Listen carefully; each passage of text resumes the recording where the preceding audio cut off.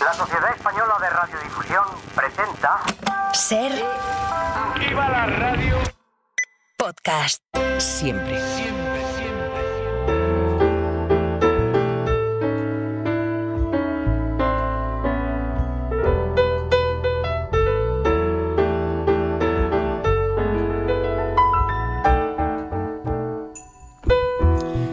Siempre nos quedará París, pero ahora nos escucha desde Berlín y nos escuchará todo el año desde Berlín Mar Bassetts, corresponsal del país en Alemania, que no en Francia. ¿Cómo estás, Mar? Buenos días. Guten Tag, Javier. Buenos días. Muy bien aquí. ¿Qué tal la resaca? Claro, me imagino. Estás entre cajas, ¿no? Sí. ¿Cómo viviste la resaca de los Juegos Olímpicos de París? ¿Te marchaste en cuanto acabaron? Sí, me marché en cuanto acabaron y la verdad es que fue, bueno, para mí personalmente y profesionalmente, debo decir, fue una despedida maravillosa, ¿no? Porque París estuvo magnífico y Francia en esos 15 días de los Juegos. Fue como fue una especie de paréntesis, ¿no? De todas las neuras francesas, el pesimismo, la crispación que había en Francia, pues todo salió bien. Fue sorprendente porque los franceses estaban bastante desinteresados, que lo habíamos hablado, ¿no? No tenían mucho interés, eran escépticos. Muchos parisinos, de hecho, se marcharon de París para no estar en París durante los Juegos porque pensaban que sería un engorro. Y luego empezaron los Juegos con aquella ceremonia inaugural con la lluvia, ¿no? Y fue como una varita mágica, ¿no?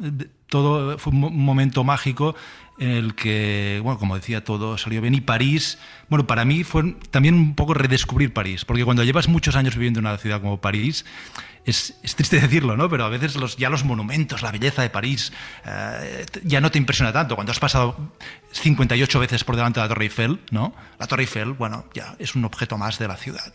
Pues en los Juegos me dieron una nueva, yo creo que a muchos parisinos les pasó, y a mucha gente, una nueva mirada a la ciudad, como si la hubiesen pintado de nuevo. Y fue este paréntesis maravilloso que ya terminó y París volvió a lo que es, bueno, y hoy terminan los Juegos Paralímpicos, que ya definitivamente la etapa olímpica se cerrará. Hiciste una serie de crónicas que fuimos leyendo en el periódico como un peatón más, ¿no? Y me pareció un ejercicio, una propuesta bonita, ¿no? La de simplemente pasear y observar por una ciudad y hablar con la gente. Sí, intenté un poco esto, ¿no? Ponerme a pie de calle y ver qué pasaba más allá de la cuestión deportiva, que evidentemente es la fundamental en unos Juegos Olímpicos, pero como sabes, los Juegos Olímpicos son mucho más que el deporte, y observar la ciudad desde este punto de vista, y en este momento, en aquel momento excepcional, por ejemplo, yo creo que estos Juegos han dejado un símbolo que es increíble y maravilloso, que es el pebetero volador, ¿no? El globo, que es el pebetero. Y en una ciudad con tantos monumentos, y monumentos antiguos y tan imponentes, ¿no? La Torre Eiffel, Notre Dame, el Louvre, apareció un nuevo monumento, inventó algo inesperado, que nadie esperaba, pues inventó un nuevo monumento que además es todo lo contrario de lo que eran los monumentos, lo que son los monumentos que conocemos, porque es un monumento con aspecto frágil, volátil, ¿no? Volátil literalmente, porque vuela, y con una levedad, ¿no? Que simboliza para mí muy bien el feeling, el sentimiento, el ambiente que había en la ciudad durante estos días.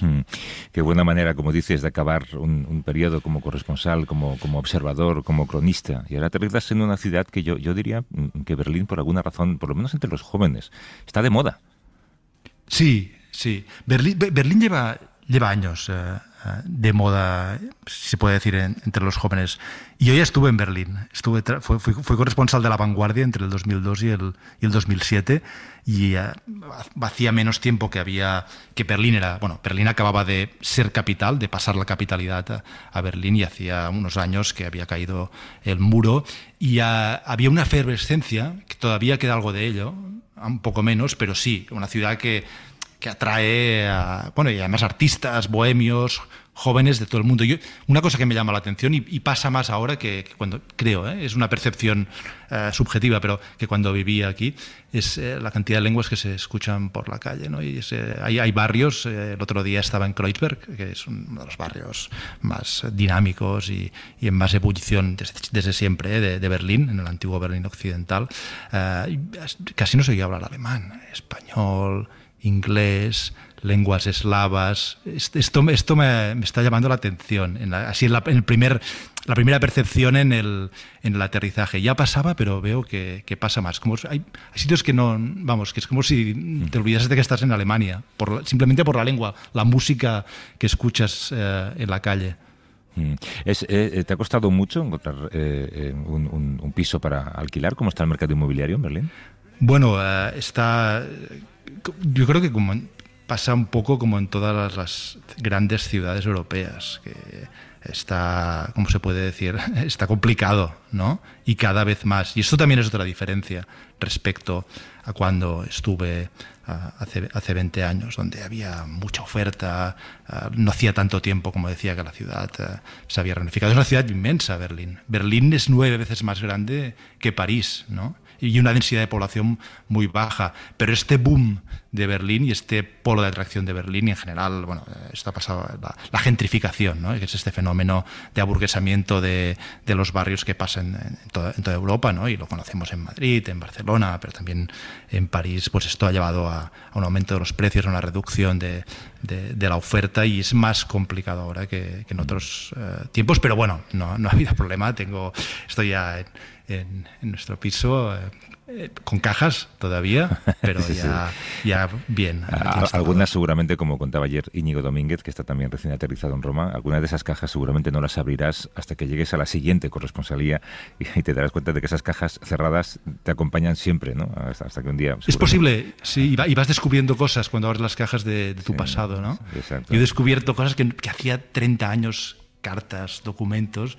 Y sí, recuperas el tiempo perdido. Sí. Oye, esto que escuchamos, que ya tienes una selección musical alemana, ¿qué es? Sí. La primera canción es Sonntag, Domingo, de Manfred Krug, un gran cantante berlinés que me encanta, es de los años 70.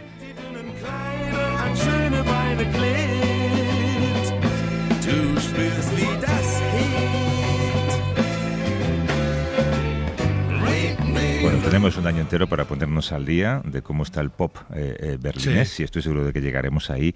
Y queríamos, de alguna manera, ayudarte a aterrizar en Berlín. Hay una persona que trabaja en Berlín y que puede echarte un cable en ese regreso, porque para ti también es un regreso si viviste allí como corresponsal hace años de La Vanguardia. Es Paul Ingenday, que es corresponsal de Europa en la sección de cultura del Frankfurter Allgemeine Zeitung. ¿Cómo estás, Paul? Buenos días. Hola, ¿qué tal, Javier? Muy bien. Oye, dale algún consejo a Marc para aterrizar correctamente en Berlín. Bueno, yo creo que primero hay que decir que yo disfruté muchísimo de Marc, de sus crónicas hace muchos años en La Vanguardia, cuando yo estuve en Madrid como corresponsal. Yo estaba en Madrid 18 años, ¿no? Para cubrir sucesos de cultura en España y también Latinoamérica, y en los primeros años. Y entonces esta cosa de que Marc estuviera en Alemania, yo en España, al revés, ¿no? Invertidos. Y esta conexión que siempre enseñas sin hablar mucho, ¿no, Marc? Sí. Yo recuerdo pues dos veces, ¿no? Pero en dos lados. No, pero lo que hay que decir que Marc disfrute de su tarea ahora mismo en Alemania, porque es complicadísimo, ¿no? O sea, la situación es difícil para todos, especialmente después de las elecciones.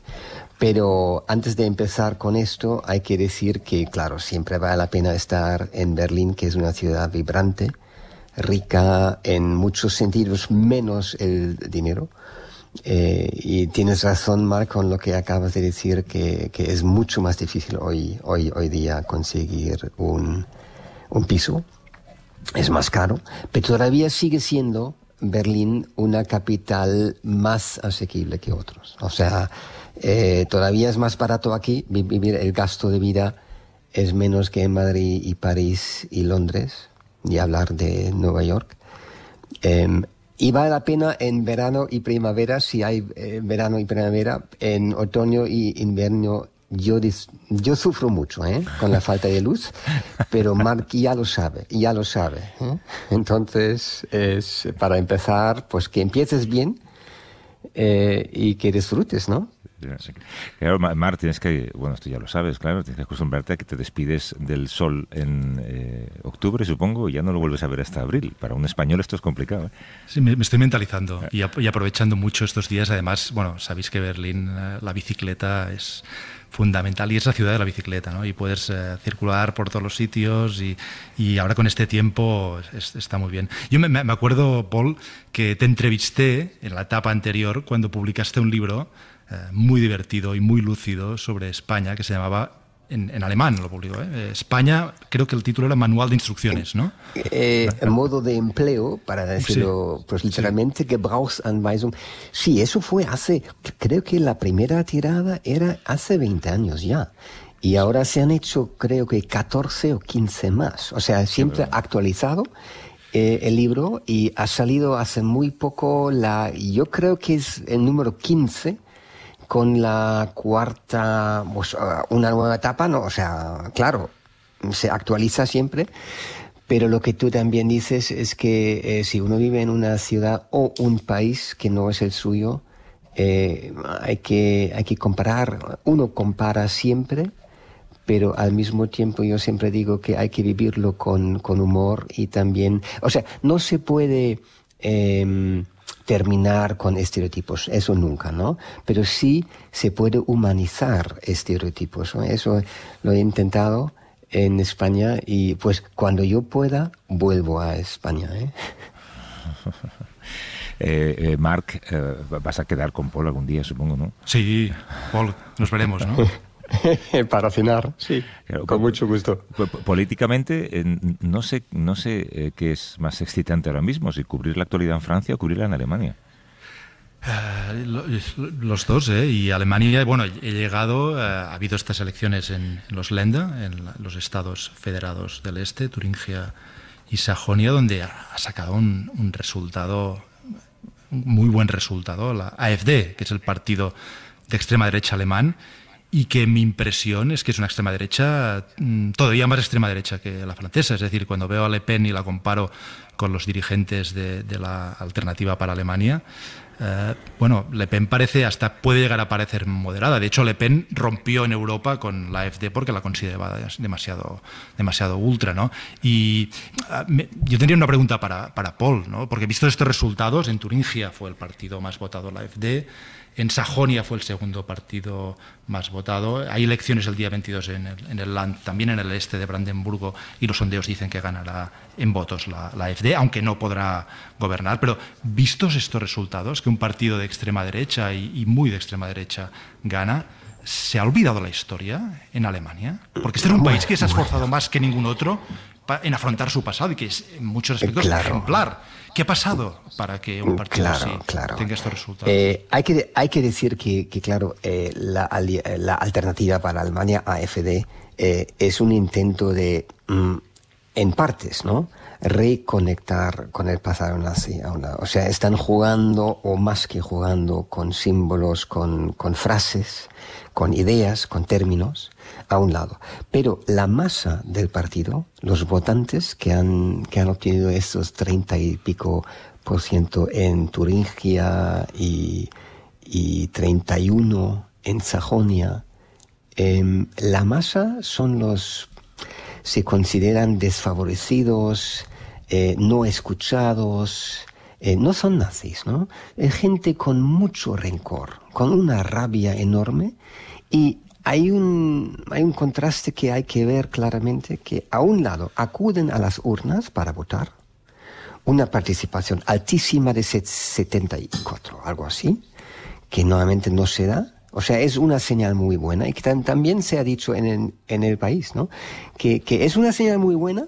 Al otro lado hay que ver que de dónde viene este afán de votar y que ser escuchado. Es un afán de darles una lección a la política en general, y más que nada al oeste, al antiguo oeste, que es gente, en su opinión, gente que no ve al este, que no entiende la mentalidad del este, que no paga lo suficiente para el este.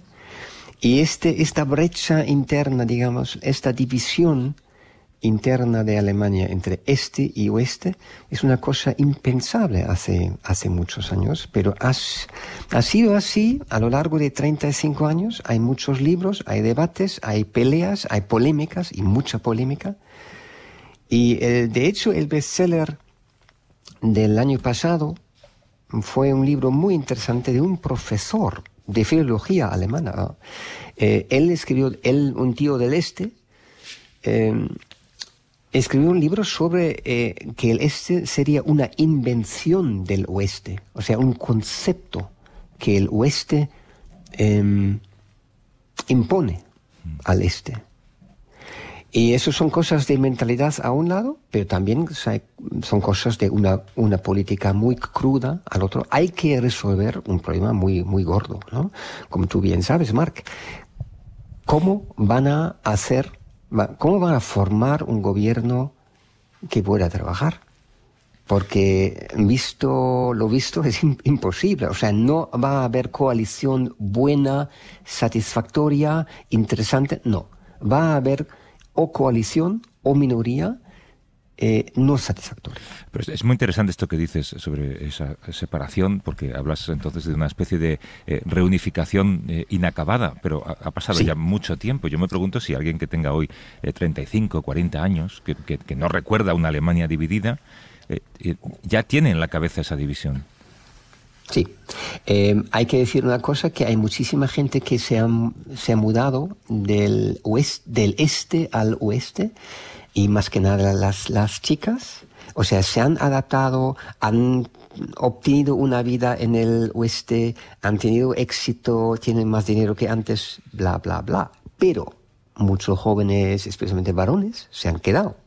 Gente de poco dinero, en paro, o sea, los que no tienen nada o muy poco se han quedado en el este y se quejan. Y es un potencial, son votantes que quieren expresar su rabia y lo hacen en estas elecciones. Y también se echan a la calle, ¿no? O sea, ha habido, como Marc sabe, ha habido manifestaciones muchas en las calles del este que ver con la inmigración, que ver con otros temas muy polémicos. Y en ese sentido han un poco persiflado el lema de la resistencia democrática de hace 35 años, ¿no? Nosotros somos el pueblo, ¿eh? Han ocupado este lema para decir, tenemos derecho a decir esto, tenemos derecho a quejarnos y deciros que se vayan, ¿no? Es un tono agresivo, beligerante, y no pinta muy bien para formar gobiernos, porque yo creo que crece la masa de gente que no está de acuerdo con nada y no quieren tapujos. Yeah. Está muy bien y te espera, lógicamente, un tiempo apasionante. Ahí Marc antes también decía, Paul ha sugerido una cosa, además, justo días después de que sepamos que Volkswagen está cerrando fábricas en Alemania, decía, Berlín es una ciudad en ebullición, excepto en el dinero. ¿Qué pasa? ¿Que huele a recesión en Alemania? Os pregunto. ¿Marc o yo? Sí. No, perdón. Eso parece. Y también, perdona, pero haré otro paralelismo porque es inevitable con cuando estuve aquí. Llegué en el 2002 y me recuerda mucho el ambiente. En aquel momento también era un momento de crisis económica y de dudas de Alemania sobre su futuro. Me acuerdo que había un montón de libros en las librerías que decían la caída de la superestrella económica, ¿no? Y ahora hay un poco esta sensación de que la superpotencia económica europea, global, industrial, ya no es lo que era, ya vuelve a estar en crisis y se plantea muchas preguntas casi existenciales, con el nuevo factor que es lo que estábamos comentando ahora de la extrema derecha populista, que esto no estaba, ¿no? Y esto yo creo que es la novedad y lo que causa esta inquietud tanto en Alemania como en Europa, aunque de otro lado es un fenómeno que no es exclusivamente alemán. Estoy pensando, Paul me dirá si es correcto o no, pero que en cierta manera el auge de los últimos años de la alternativa para Alemania y estos éxitos electorales que ha tenido son un signo de normalidad. Alemania ya es como los otros países europeos, como Francia, como Italia, como los países del este. Tiene un partido muy fuerte de extrema derecha. Sí. Es así, y se pueden mirar los países donde ha pasado un poco antes, un poco después. También España ha esperado bastante tiempo hasta que apareciera un partido de extrema derecha, Vox, ¿no? Y mucha gente dice que, bueno, eso ha sido porque el PP siempre ha un poco tenido este voto de extrema derecha también, ¿no? Representando esta franja de la sociedad. Y yo creo que hay que mirarlo también un poco con ánimo neutro, en el sentido de que hay que haber una franja a la izquierda y a la derecha, ¿no? Lo difícil es que si esta franja claramente vulnera la democracia, y hay que decir para el público español, hay que decir que se dice que el AfD es bajo vigilancia de lo que llamamos, es un órgano que tenemos en el Ministerio del Interior, que es la protección de la Constitución, que no es policía, pero es un órgano bajo el mando del Ministerio del Interior que vigila las formas de los partidos, ¿no? Y son democráticos o no. Y en el caso de la AfD hay gente y también actos y cosas de este partido que son no solo sospechosas, pero también son de ideología nazi, ¿no? Y en ese sentido tenemos un digamos, no es más que un contraste, ¿no? Es casi un paradoxo, ¿no? Que es, a un lado se puede votar a AfD, al otro lado tiene elementos este partido que son contrarios a la ley.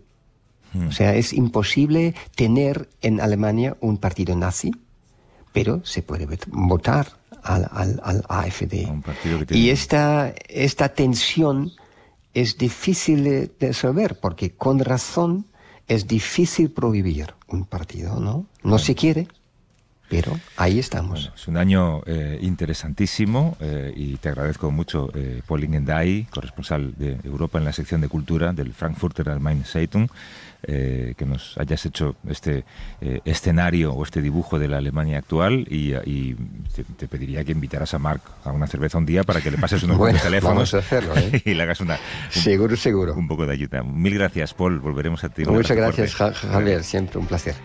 Y a Marc, ¿qué te digo? Pues sigue abriendo cajas, deja algunas sin abrir, que también eso te conducirá a un momento romántico dentro de algunos años. Sí. Y a partir de la semana que viene volvemos a repasar el mundo que nos rodea. Cuídate mucho, Marc. Un abrazo. Gracias, Javier. Hasta luego.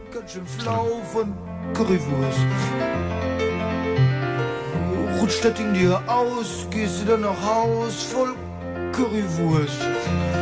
Auf dem Hemd, auf der Jacke, was ist das denn? Was voll Currywurst. Komm, Willi, bitte, komm, geh mich nach Hause, weil ich kriege sie, wenn ich so nach Hause komme. Willi, bitte. Du bist ein Kerl nach meinem Geschmack, Willi, komm, geh mit, bitte, Willi. Para no perderte ningún episodio, síguenos en la aplicación o la web de la SER, Podium Podcast o tu plataforma de audio favorita.